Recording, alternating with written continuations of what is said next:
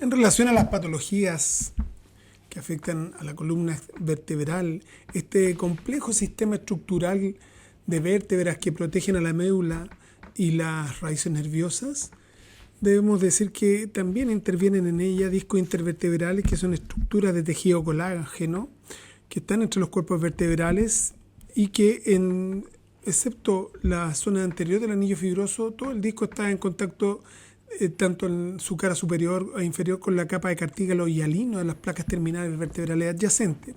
Son 23 discos que representan un cuarto de la altura de la columna y actúan a modo de conexión y amortiguador de las cargas axiales. El núcleo pulposo funciona como un colchón de agua para observar los cambios transitorios en las cargas axiales. La columna, para poder resistir las fuerzas divergentes, no adopta una disposición lineal, sino que se curva para adaptarse mejor a los cambios de energía. Por eso es que tenemos nosotros estas curvas sifóticas, lordóticas que caracterizan a nuestra columna. Aproximadamente el 70% de la compresión axial está o se transmite a través del cuerpo vertebral y los discos, y el 30% de la carga se distribuye por las articulaciones facetarias. Es una estructura que es móvil, que tiene que acomodarse a los movimientos de traslación antero-posterior rotatorio a la carga de peso, y las patologías más relevantes que las afectan son las de carácter degenerativos, inflamatorias, lesiones de columna vertebral, deformaciones, espondilolistesis, tumores.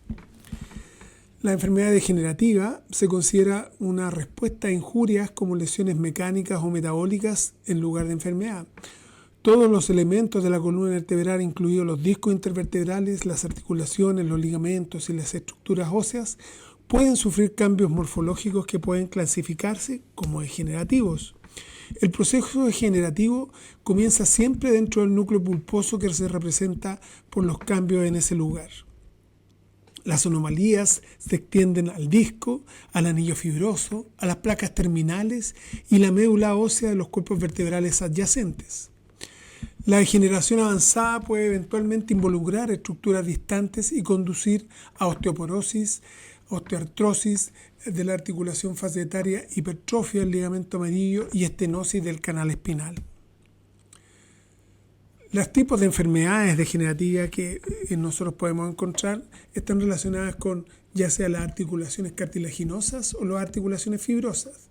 Dentro de las cartilaginosas está la unión discovertebral, que está en ese lugar la afectación sería una osteocondrosis intervertebral, espondilosis deformante, o en la articulación sinovial apoficial sería la osteoartritis o la osteoartrosis o los quistes sinoviales, y dentro de las articulaciones fibrosis y entesites, hiperostosis idiopática difusa, osificación del ligamento espinal o enfermedad de Barstrup.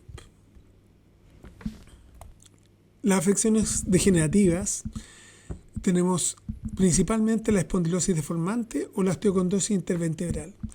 La espondilosis deformante es conocida como osteoartritis de la columna vertebral, es común y generalmente se conoce simplemente como cambios degenerativos espinales.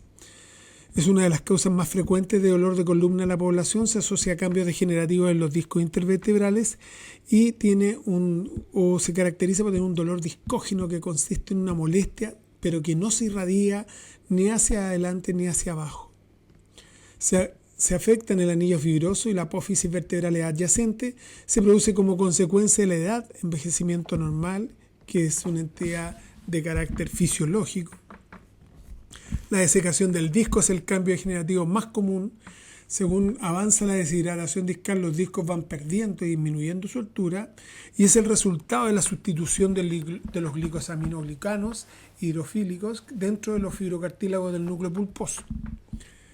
El tejido fibroso reemplaza la matriz mucoide, la altura e imágenes discales se preservan, sin embargo hay una hiposeñal del disco en T2, un moderado abombamiento en el adulto, discreta presencia de aire en la periferia y la aparición de osteofitos marginales que son anterolaterales.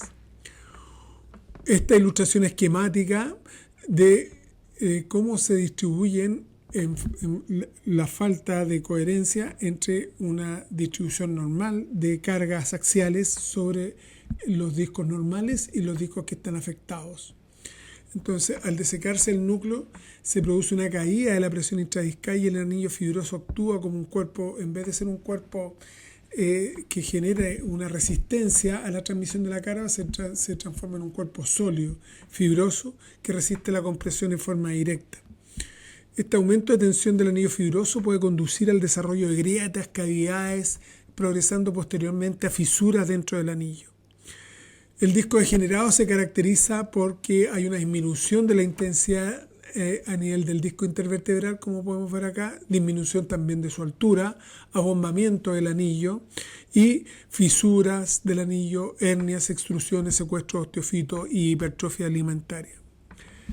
El primer paso son las disrupciones discales, que es la eficiencia de una o más capas que forman el anillo fibroso y que permiten la traslación del material pulposo que está presurizado en el centro, en el núcleo, y que puede ser radial, transversal o concéntrica. Las fisuras discales son en el 80% asintomáticas y la tomografía computada o la resonancia convencionales no son capaces de tener sensibilidad sobre esta condición. El 14% de los casos de 2 muestran una imagen hiperintensa, un signo que se llama HIS, ¿ya? Este signo que lo vemos acá, que se llama High Intensity Zone, zona de alta intensidad, y que representa el tejido granulomatoso vascularizado que se encuentra dentro del desgarro anular. La señal se asocia al gran volumen de edema que posee el tejido de granulación. En T1 la sensibilidad aumenta si es que usamos medio contraste, porque en ese lugar donde hay edema debiera haber ganancia de medio contraste. La irrupción concéntrica se caracteriza por separación de las láminas del anillo fibroso entre una y otra lámina. La irrupción transversal ahora es una alteración en los márgenes del anillo fibroso próximo a la plataforma vertebral que provocan defectos de la unión anular en el borde del platillo discal. La irrupción radial ahora es la interrupción de las láminas del anillo fibroso desde el núcleo pulposo hacia el margen externo del anillo. La clasificación de Dalla determina que hay 6 categorías que describen la gravedad del desgarro anular. Entonces tenemos desde el 0 al 5, donde el grado 0 es un disco normal, el 1 es una pequeña disrupción de las fibras discales más internas.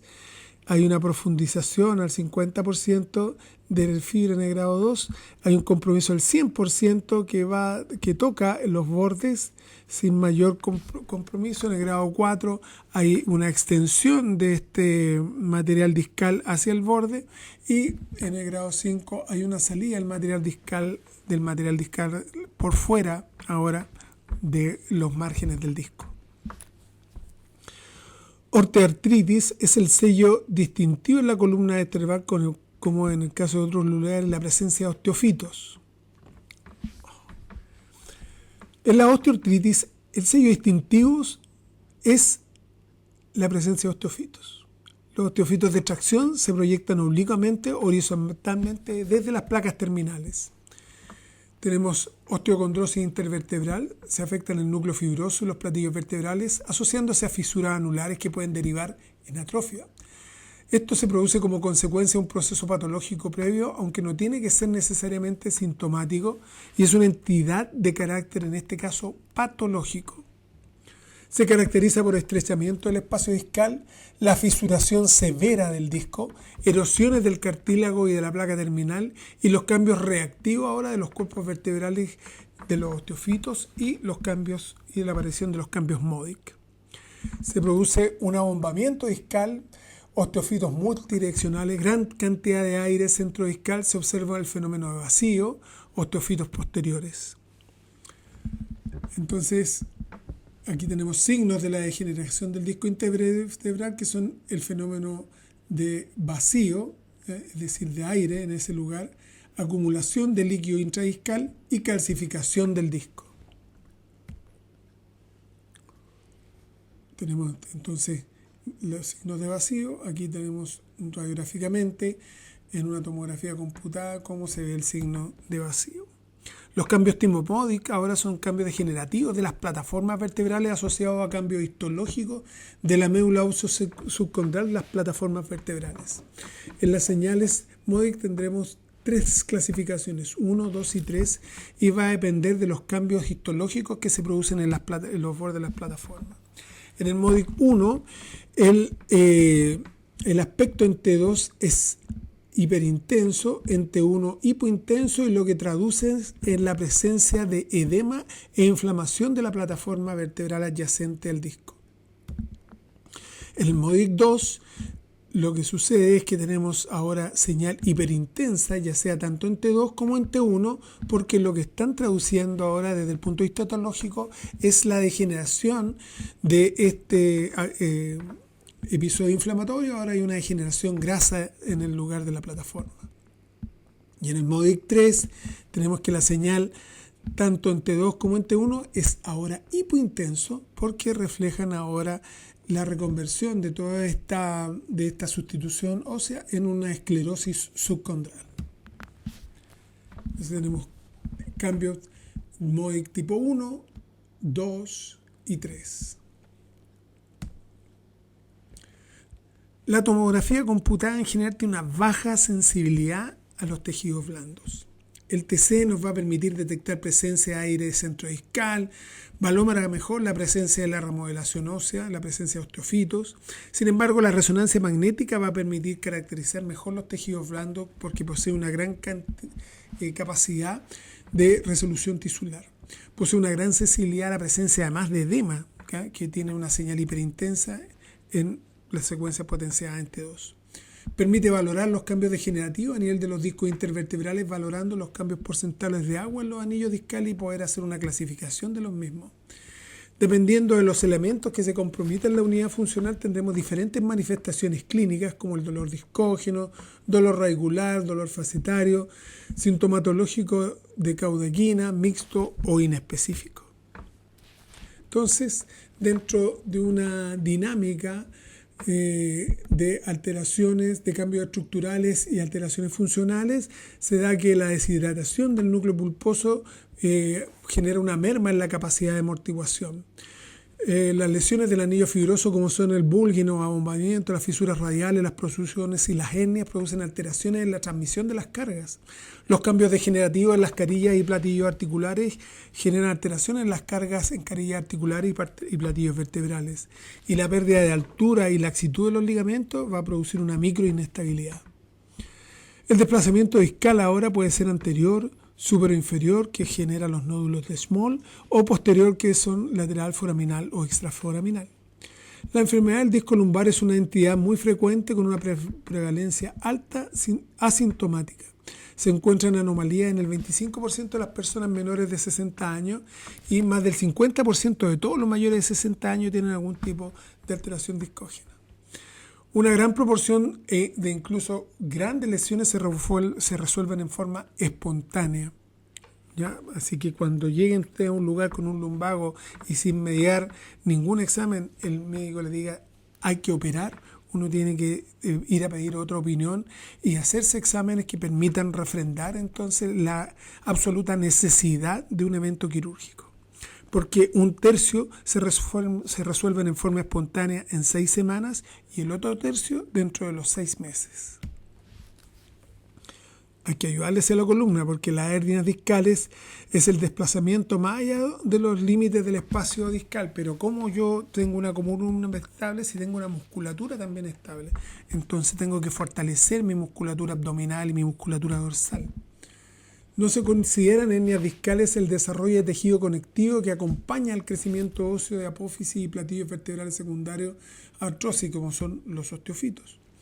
Los conceptos incluidos en el diagnóstico de hernia son protrusión, extrusión, hernia discal migrada, secuestro, hernia extraesponjosa o de Small, hernia retromarginal o vértebra del limbo. Esos son los términos que ustedes se van a encontrar en las descriptores cuando ustedes estén viendo una columna lumbar. La protrusión discal es cuando se produce una ruptura de parte de las fibras internas del anillo a través de la cual se hernia el núcleo pulposo. Es una extensión focal, o o sea, de un segmento pequeño, asimétrica, con preservación del anillo discal o del complejo ligamentario posterior. Implica un desplazamiento discal menor de 180 grados de la circunferencia del disco. El diámetro máximo del fragmento discal desplazado es menor que el disco del medio en el mismo plano, ¿ya? Se encuentra en continuidad con el disco intervertebral y se localiza dentro del espacio discal, como vemos acá. Esta base entonces es más ancha que el material herniado. La longitud sagital menor a la altura del disco y la longitud axial también menor a cuello de la base de la protrusión. En la extrusión discales es una disrupción focal de la fibra del anillo, donde el núcleo pulposo se hernía a través de la rotura del anillo fibroso, de forma que solo lo contiene el ligamento longitudinal posterior, es decir, esto salió el material herniario hacia afuera y formó una especie de pólipo. El segmento herniado en este caso sigue unido al disco del que procede, aunque puede extenderse en sentido tanto craneal como caudal. Y la distancia entre los bordes del material extruido en el plano sagital es superior a la distancia entre los bordes del disco de procedencia, tanto en el plano axial como sagital en realidad. La longitud axial también es mayor al cuello, ¿ya? El plano axial, que a la base de la protrusión. Entonces, cuando uno considera este ancho, es mayor a la base de la protrusión. Entonces uno tiene discriminar entre protrusión discal versus extrusión. Desde un punto de vista clínico es importante diferenciar este aspecto. Las extrusiones suelen ser sintomáticas con mayor frecuencia que las protrusiones. Dentro de esta clasificación existe la migración y el secuestro. El material extruido puede migrar tanto a cefálico como a caudal de su posición con respecto al disco original, que incluso puede llegar a separarse de él. En este caso se produce un secuestro. Una hernia migrada es el desplazamiento del material del disco fuera del lugar de la extrusión. Y aquí tenemos una migración caudal, es decir, hacia abajo, y una migración craneal o cefálica, es decir, hacia arriba. Aquí tenemos una migración caudal y se puede tener una hernia secuestrada, es decir, que el material discal desplazado pierde por completo cualquier continuidad con la matriz discal, ¿ya? Y nosotros no podemos determinar cuál es el origen de este material herniado que está ya sea en forma de alteración dentro del espacio subligamentoso. Los nódulos de Schmoll ahora se refiere a las protuberancias del cartílago del disco intervertebral a través de la placa terminal, como es lo que podemos ver acá. Representa una herniación de la plataforma vertebral inferior o superior, lo que provoca un defecto del tejido esponjoso en la plataforma vertebral. Suele asociarse a enfermedades vertebrales como la enfermedad de Scheuermann o enfermedades reumáticas como la espondilitis anquilosante. Genera alteraciones de la distribución de cargas que indica que existe enfermedad degenerativa. ¿Ya? Y aquí tenemos varios discos que son afectados. Mucha gente no sabe que lo tiene. Es común ver este tipo de alteraciones en las pacientes mayores que van encorvándose en forma paulatina y que va aumentando en la cantidad de lesiones de este tipo que nos podemos encontrar. Se produce una esclerosis alrededor del margen de la hernia porque son procesos crónicos, ¿ya? La hernia subligamentosa significa que no atraviesan el ligamento longitudinal posterior y son en un 30% asintomáticas. La hernia transligamentosa ahora genera que se rompa el ligamento longitudinal posterior y hay una migración del núcleo pulposo hacia adentro del espacio epidural. Estas clasificaciones con respecto a la posición del material herniado y el ligamento longitudinal posterior son complicadas desde el punto de vista práctico, poder determinar si hay o no ruptura del ligamento longitudinal posterior. Con frecuencia uno no puede distinguir si existe o no esta ruptura. Es por eso que su uso o clasificación no es tan frecuente. En función de la localización de la hernia en el plano axial, nosotros encontramos dependiendo de la zona de herniación, varias clasificaciones. Una hernia va a ser central o subarticular, que son las más frecuentes en el 90% de los casos. Y es justo en el centro del disco intervertebral, sin mayor compromiso de las vainas radiculares que estén saliendo por ese plano. Aquí tenemos una hernia que es foraminal, ¿se fijan? Aquí tenemos una paracentral, foraminal y extraforaminal. Aquí veíamos una hernia central, paramediana y una hernia foraminal que afecta entonces básicamente el canal radicular por donde va a salir el nervio en ese plano. En el plano cráneo-caudal, las hernias del disco se describen como a nivel del disco, a nivel suprapedicular, a nivel pedicular o a nivel infrapedicular. Entonces va a depender cómo esta hernia se relacione a entonces esos espacios que habíamos hablado con anterioridad. El compromiso radicular ahora es necesario determinarlo y generar una clasificación según el grado de desplazamiento y compresión que sean secundarias a la herniación. Entonces tenemos el grado 0, donde la hernia no contacta a la raíz, el grado 1, donde hay contacto con las raíces nerviosas, pero sin embargo las raíces no son desplazadas. En el grado 2 las raíces se desplazan hacia dorsal por el material discal y en el grado 3 las raíces son comprimidas por el material discal y la pared del canal espinal.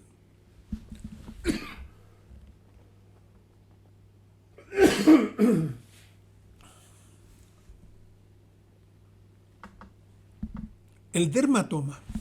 ¿Qué es el dermatoma? Los segmentos de la médula espinal son equivalentes a los dermatomas en la superficie del cuerpo.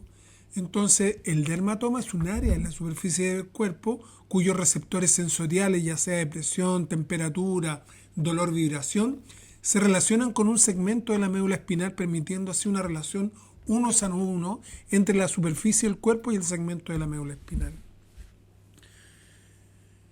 Esto nos va a permitir determinar dónde es el compromiso, porque el lugar del compromiso varía de acuerdo al nivel radicular afectado, producto de que los dermatomas son distintos.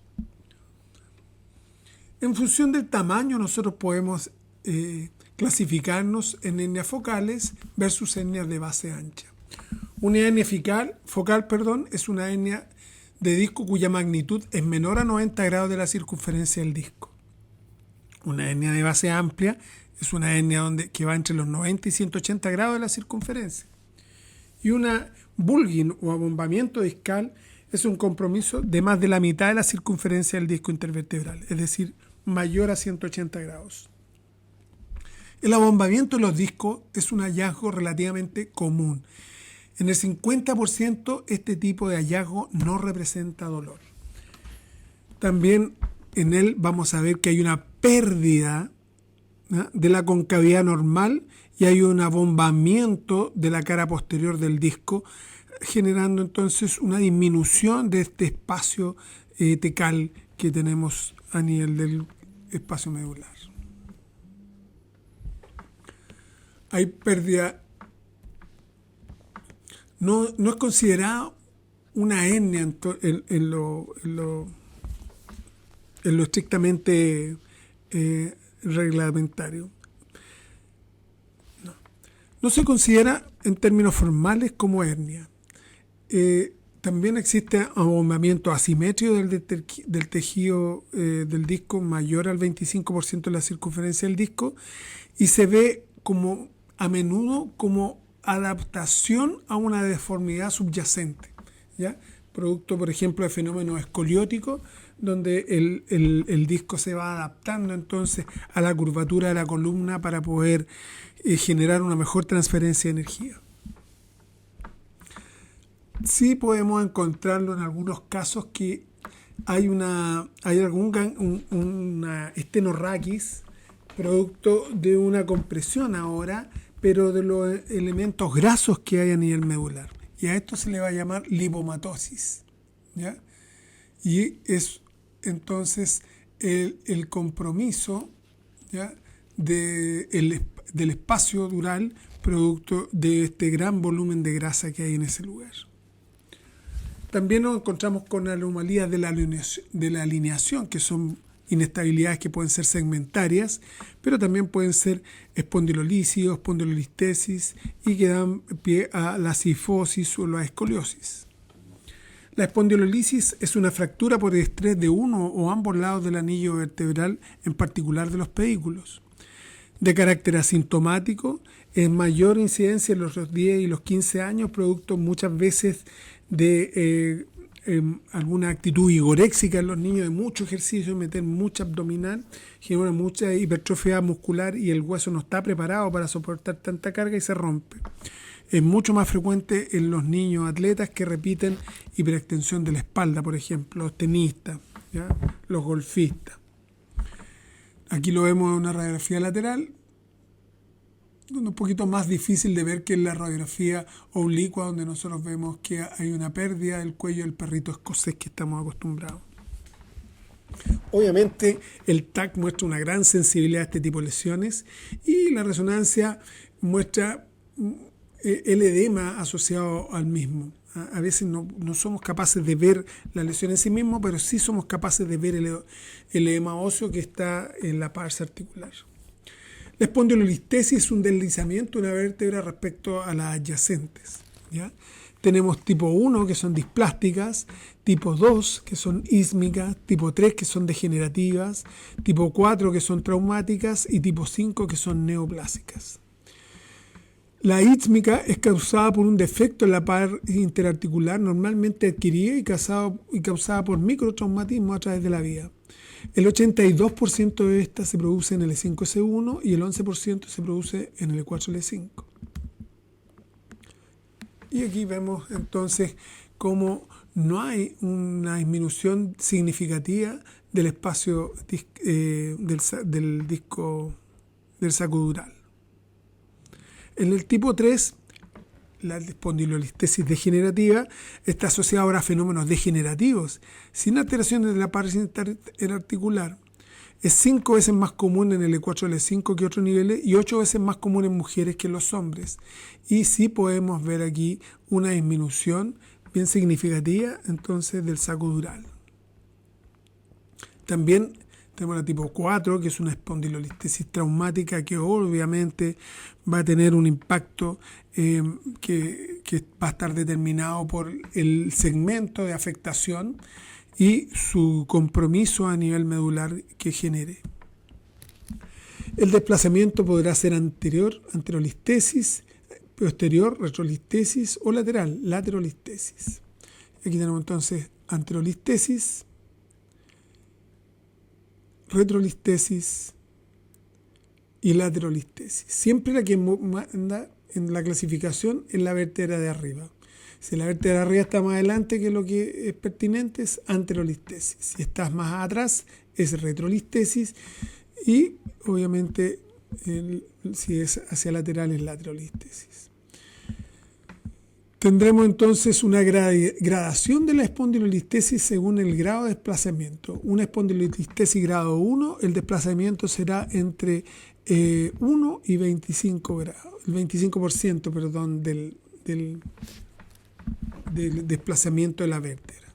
En el grado 2, el desplazamiento irá entre el 25 y el 50%.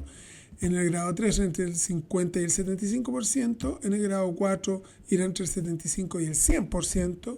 Y un grado 5 es en el fondo una luxación, es decir, va a haber una pérdida de continuidad absoluta entre las vértebras anteriores y superiores e inferiores al segmento afectado. Las alteraciones congénitas de la columna pueden ser simples, sin deformidades asociadas o complejas cuando conllevan deformidad espinal. Estas deformaciones abarcan cifosis, hiperlordosis, escoliosis.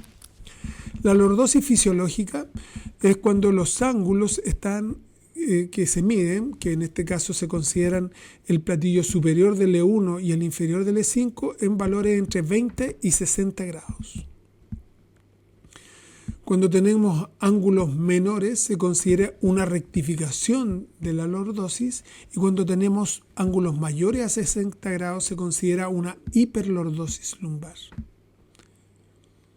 Entonces aquí tenemos imágenes de una rectificación de la lordosis y de hiperlordosis. Cambios posturales que normalmente se van dando producto de vicios posturales o de la edad. Y en particular es la aparición de osteoporosis que está reconocida desde 1994 por la OMS como una patología, que es la pérdida progresiva de la masa ósea y deterioro de la microarquitectura, que normalmente es de carácter asintomático. Los factores de riesgo aquí son terapias de esteroides prolongadas, menopausia prematura, amenorrea prolongada, hipogonadismo, anorexia, hepatopatías crónicas o falla renal. Las lesiones por carga axial normal en un hueso patológico debilitado y en una plataforma alterada pueden producir fracturas por osteoporosis. Los criterios de la OMS definen que la osteoporosis severa la pérdida de masa ósea asociada a una o más fracturas por fragilidad en el fondo de la masa ósea. Las fracturas por compresión vertebral crónica se caracterizan por cambios morfológicos con recuperación de la señal normal a nivel de la médula ósea, ¿ya? Y van a generar entonces patrones de modificación de las curvas de la columna. En este caso se va generando una hipercifosis progresiva. Y aquí tenemos entonces a nivel una radiografía que nos muestra a nivel dorsal varias vértebras con compromiso de la columna anterior y una disminución de su magnitud, produciendo entonces una hipercifosis. Tenemos una resonancia sin excesivamente muchas alteraciones en STIR, por ejemplo, que nosotros debiéramos ver. Probablemente nosotros veamos solo en la etapa más aguda, cuando se ha producido en forma muy cercana al examen la fractura, podamos ver señal en STIR, pero lo normal es que es un proceso progresivo que no tiene mucha clínica, entonces la vemos como esto, donde no hay alteraciones en STIR, no hay edema. Las deformidades ahora, la escoliosis es una deformación compleja tridimensional de la columna que genera cambios estructurales de ella, idiopática, congénita, neuromuscular. Hay signos de escoliosis que podemos considerar que son los hombros desnivelados, la escápula prominente, una gigosidad torácica, curvaturas de la columna, triángulos de los flancos asimétricos, caderas desniveladas. La escoliosis idiopática es una enfermedad de columna vertebral que en un niño sano sin que se pueda establecer un factor que lo genere, donde no hay alteraciones en la forma de los cuerpos vertebrales ni nada por el estilo. Sin embargo, podemos ver que hay una gran pérdida de la linealidad en el plano coronal de la columna. Las alteraciones congénitas se clasifican de acuerdo a su origen, como defectos de la formación vertebral, defectos de la segmentación o defectos mixtos. En los trastornos de la formación es un defecto en la etapa embrionaria de la formación de los cuerpos vertebrales. El cuerpo o parte de él no se desarrollan y ocurre de diferentes formas.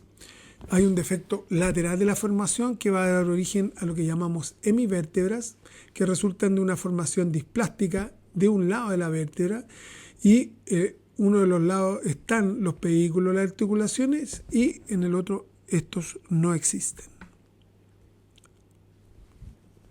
Y vamos a ver que esto con el tiempo, producto en una primera etapa no produce muchas alteraciones, sin embargo, a medida que pasa el tiempo, este tiene un impacto en la linealidad de la columna brutal que va a generar una gran escoliosis.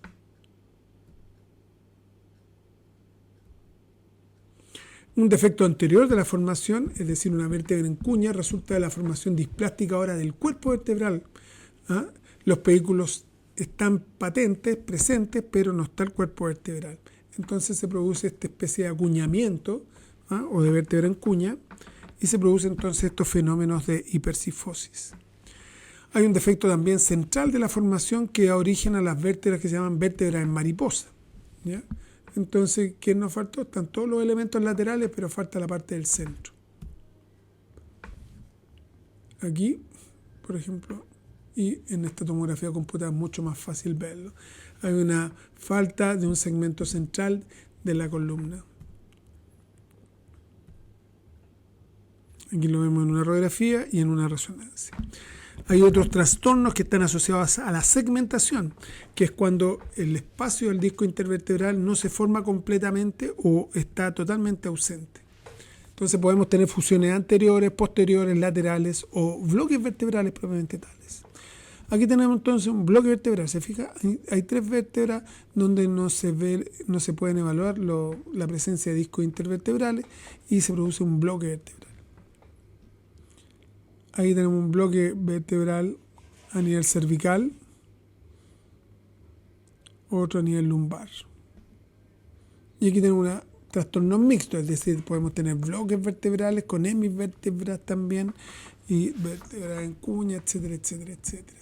Aquí tenemos un paciente que tiene múltiples alteraciones en lo que está relacionado con su diferenciación a nivel de la columna vertebral. Tenemos hemivértebras, tenemos vértebras en mariposa, tenemos fusiones, ¿ya? La escoliosis neuromuscular está asociado básicamente a la presencia de mielomeningocele, a parálisis cerebral infantil y atrofia muscular espinal. Y está determinada por la falta de musculatura en las extremidades inferiores y la hipertrofia muscular que se genera para poder mantener la estabilidad, ya normalmente en la silla de ruedas. Y da pie a estas situaciones. Aquí tenemos una corrección de una escoliosis a través de lo que se llamaban barras de Harrington antiguamente. Es una técnica más bien antigua. Eso se ha ido modificando con otras técnicas más modernas. Sin embargo, no sé cuál es el grado de éxito de este tipo de conductas.